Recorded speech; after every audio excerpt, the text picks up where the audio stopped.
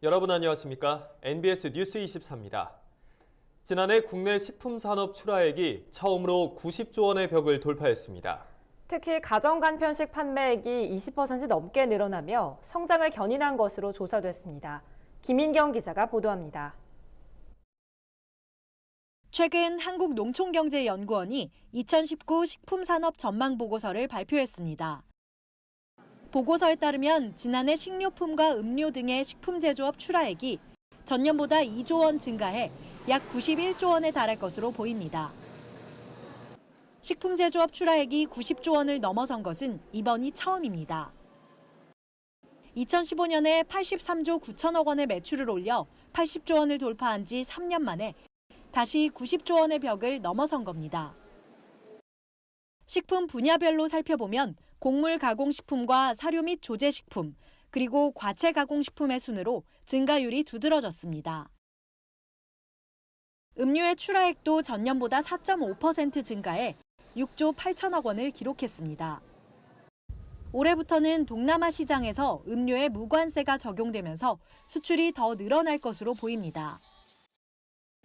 특히 업종별로는 HMR, 즉 가정간편식의 성장이 눈에 띄게 늘었습니다. 지난해 국내 가정간편식의 판매액은 전년보다 21.7% 성장한 2조 6천억 원을 기록했습니다. 2010년 이후 연평균 17.3%의 높은 성장세를 보이고 있습니다. 유통 및 제조업체들이 잇따라 가정간편식 시장에 진출하면서 전반적으로 품질이 좋아졌고, 이에 따라 소비자들이 간편하면서도 맛과 영양까지 챙길 수 있는 프리미엄 일상식으로 소비하는 경향이 늘었다는 분석입니다. 또 1인 가구의 증가 추세에 따라 가정간편식을 찾는 사람도 늘었습니다. 농경연은 올해에도 식품제조업 출하액 증가세가 이어질 것이라면서 올 연말 출하액은 지난해보다 2.7% 증가한 93조 7천억 원에 이를 것으로 전망했습니다. NBS 뉴스 김인경입니다. 오는 4월부터 축산농가가 친환경 축산물 인증 기준을 어긴 사실이 밝혀지면 인증이 곧바로 취소됩니다. 또 내년부터 신규 축산업 허가는 물론 가축 사육업의 등록 요건이 대폭 강화됩니다. 최다혜 기자가 보도합니다. 최근 농림축산식품부가 친환경 농어업법의 개정 시행 규칙을 공포했습니다. 이 시행 규칙에 따르면 오는 4월부터 친환경 축산물 인증 농가가 축사 또는 주변에 농약 성분이 함유된 자재를 사용하거나 이로 인해 친환경 인증 축산물에서 농약이 검출되는 즉시 인증이 취소됩니다. 다만 불가항력적인 오염으로 입증되고 잔류 허용 기준 이내로 농약이 검출됐다면 1차 시정 명령만 하고 친환경 인증 표시를 제거해 판매할 수 있도록 했습니다. 하지만 2차로 적발되면 인증은 취소됩니다. 지금까지는 친환경 축산물에서 농약이 검출돼도 시정 명령만 내려져 솜방망이 처벌이라는 지적이 끊이지 않았는데 이에 처벌을 강화한 겁니다. 또 친환경 농어업법에 따라 친환경 인증을 받았거나 받고자 하는 농가는 내년부터 친환경 인증제도 기본교육을 의무적으로 이수해야 합니다. 이와 함께 가축분유법 등을 포함한 축산법 일부 개정 법률도 공포됐습니다. 이에 따라 내년부터 새로 축산업 허가를 받거나 가축 사육업자로 등록하려는 사람들은 배출시설에 대한 허가와 신고 절차를 먼저 거친 후에 처리시설을 설치해야 합니다. 특히 가축 전염병 발생에 대비해 살처분에 필요한 매몰지를 의무적으로 갖고 있어야 합니다. 또 고병원성 AI 발생 위험이 큰 지역 중 대통령령으로 정해진 구역에서는 닭, 오리, 종축업과 사육업의 허가를 금지했습니다. 축산업에 대한 관리도 강화됩니다. 무허가 경영이나 거짓 허가 등으로 3년 이하의 징역 또는 3천만 원 이하의 벌금을 받은 농가의 경우 허가 금지 기간이 1년에서 2년으로 연장됩니다. 또 소독시설 설치 및 관련 규정을 위반해 가축 전염병이 발생하면 축산업 허가에 대한 취소 처분이 가능하도록 하는 법적 근거도 마련됐습니다. 농식품부는 오는 9월까지 축산법 시행령과 시행 규칙을 정비해 개정 사항이 차질 없이 시행될 수 있도록 할 계획입니다. MBS 뉴스 최다희입니다. 최근 충남도가 농식품부 롯데쇼핑과 함께 친환경 청년농부 육성 프로젝트를 추진하고 있습니다. 친환경 농업을 통해 청년농들의 일자리를 늘리겠다는 포부인데요. 초보 농사꾼들을 적극 지원하고 있는 현장을 김아영 기자가 취재했습니다. 충남 서천군 문산면에서 친환경 농법으로 허브를 재배하는 33살 청년 농부 이수진 씨. 도시에서 살다가 귀농을 결심한 그녀는 농장에서 일을 배워가며 어렵게 충남도에 자리를 잡았지만 막상 혼자 농사를 지으려니 막막했습니다. 그런데 충남도가 진행하는 친환경 청년 농부 육성 프로젝트를 통해 2017년부터 도움을 받을 수 있게 됐습니다. 청년농 프로젝트를 어떻게 해서 참여하게 되신 건가요? 오래전부터 농업인이 되려고 교육도 받으러 다니고 농장에서 일도 배워보고 준비를 쭉 하고 있다가 이런 프로젝트가 있다는 것을 알게 돼서 도전을 해가지고 선정이 되었고요. 제가 가지고 있는 계획을 좀 더 구체적으로 현실적으로 대답을 할 수 있었던 것이 심사위원님들한테 좋은 가점이 되었던 것 같고요. 친환경 청년 농부 육성 프로젝트는 충남도가 친환경 농업을 통한 청년 일자리 창출을 위해 야심차게 준비한 사업입니다. 대상자 선발부터 교육, 사업비 지원에 이르기까지 청년들이 안정적으로 농촌에 정착할 수 있도록 지원을 아끼지 않고 있습니다. 네, 처음에 농업인이 되려고 했을 때 먼저 경제적으로 굉장히 힘들었어요. 제가 청년이다 보니까 이제 사회에서 생활했던 경험이 그렇게 길지가 않았기 때문에 모아놓은 자본도 적었을 뿐더러 퇴직금도 부족해가지고 땅은 있지만 시설이 없어서 특수작물을 재배하기 힘든 여건이었습니다. 그래서 좀 더 경제적으로 도움을 받을 수 있고 청년 농장이라는 청년 농부들의 생산물을 판매하는 브랜드가 만들어져서 그쪽으로 앞으로 판로를 만들어 나갈 수 있을 것 같습니다. 특히 충남도와 롯데는 5년간 총 100억 원을 출연하기로 약속했습니다. 이는 청년 농부들의 농지나 시설 임차료, 생산 장비, 유통시설 설치 및 개보수 등을 지원하는 데 사용됩니다.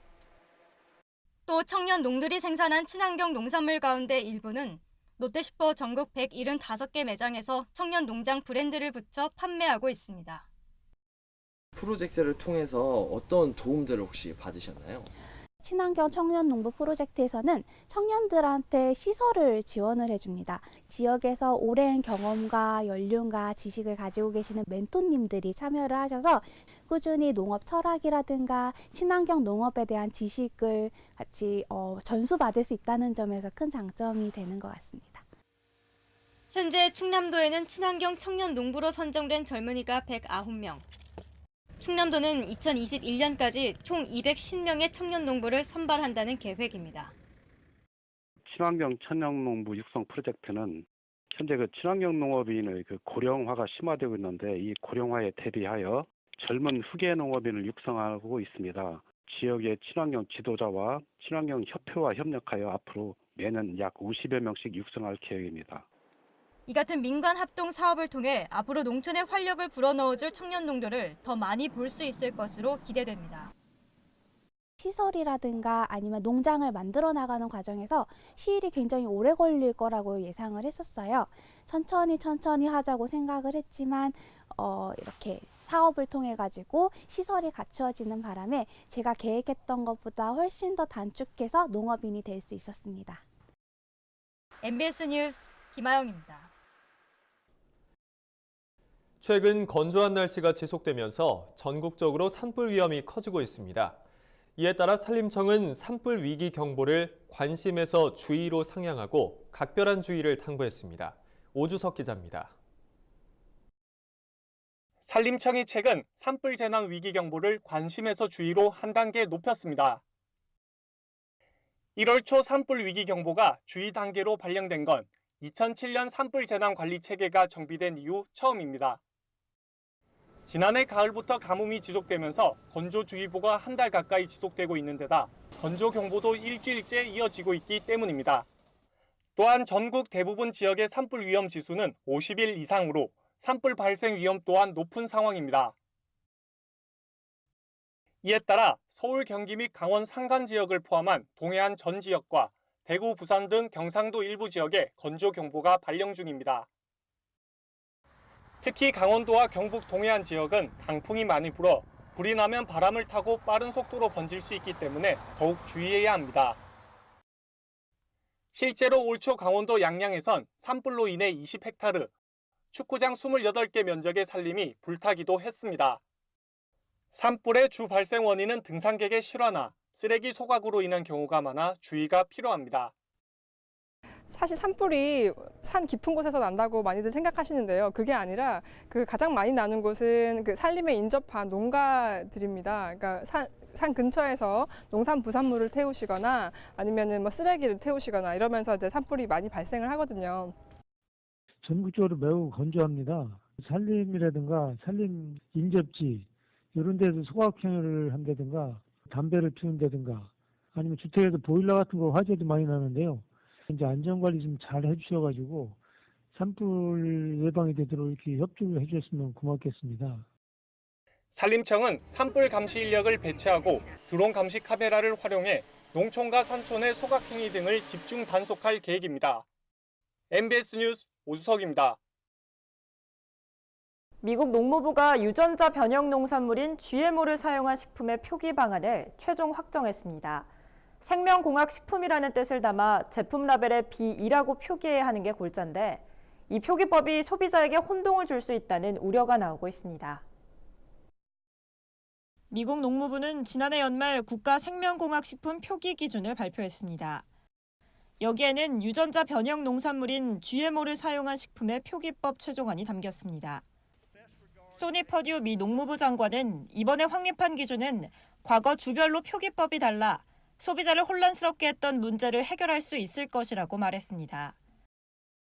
이 기준에 따르면 유전자 변형 기술이 사용된 유전 물질이 식품에서 검출된 경우 해당 식품에 B2라고 표기해야 합니다. 다만 재배나 수확, 유통 과정에서 불가피하게 GMO가 들어갈 수 있는 경우를 고려해 비의도적 혼입치를 5%로 잡았습니다. 한편 GMO 사료를 섭취한 가축으로 만든 식품은 정보 공개의 대상이 아닙니다. 예를 들어 GM 옥수수나 콩을 먹고 자란 닭이 낳은 달걀로 만든 식품은 B2라는 표기를 하지 않아도 됩니다. 법안은 내년 1월부터 시행되는데 의무 시행일인 2022년 1월 전까지는 식품업체들이 자발적으로 이행하도록 했습니다. 다만 식품업체의 경제적 부담을 고려해 연수입이 우리 돈으로 약 28억 원 이하인 소규모 업체는 의무 정보 공개 대상에서 제외했다고 미 농무부는 밝혔습니다. 그러나 이 법안에 대해 미국 내에서 많은 우려가 쏟아지고 있다고 여러 외신들은 전했습니다. B는 소비자에게 생소한 용어인데다 이를 제품 포장 겉면에 바로 표시하지 않고 QR코드를 통해서도 표기할 수가 있어서 소비자들의 알 권리가 제대로 보장받지 못한다는 겁니다. 또 GMO의 비의도적 혼입치가 너무 높은 데다 식물성 기름처럼 GMO를 쓰더라도 최종 단계에서 GM 유전 물질이 검출되지 않는 식품은 표시 대상에서 제외한 것에 대한 비판도 잇따랐습니다. 순천만 농가들이 겨울철 농한기 중에도 바쁜 하루를 보내고 있습니다. 입맛을 돋우는 미나리가 제철을 맞아 수확이 한창이기 때문인데요. 미나리 향이 가득한 수확 현장에 다녀왔습니다. 성정환 기자입니다. 순천만 인근의 미나리 재배 농가입니다. 무릎만큼 자란 미나리를 낫으로 한 움큼씩 베어내 바구니에 담아 운반 장치로 쉴 새 없이 옮깁니다. 작업장에서는 새싹만 남겨 말끔히 손질하고 한 단씩 묶은 뒤 물로 씻습니다. 10월에 파종한 순천 미나리는 12월을 시작으로 내년 4월까지 3차례 수확합니다. 순천만 갯벌 매립지에서 생산되는 미나리는 미네랄과 섬유질이 풍부해 인기가 높습니다.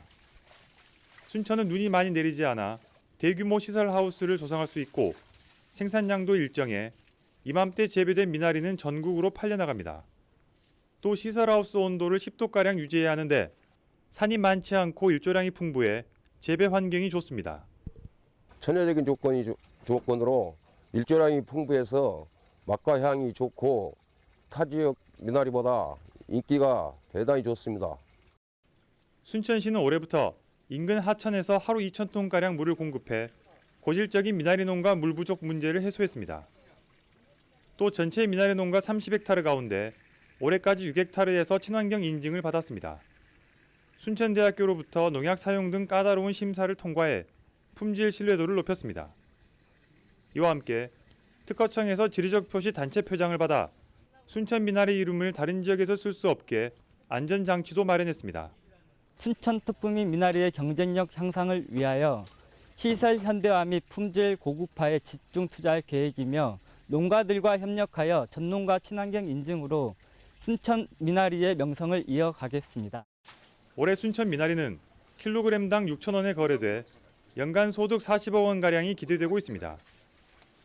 50년 전통의 순천 미나리가 경쟁력을 갖추면서 겨울철 효자 작목으로 자리매김하고 있습니다.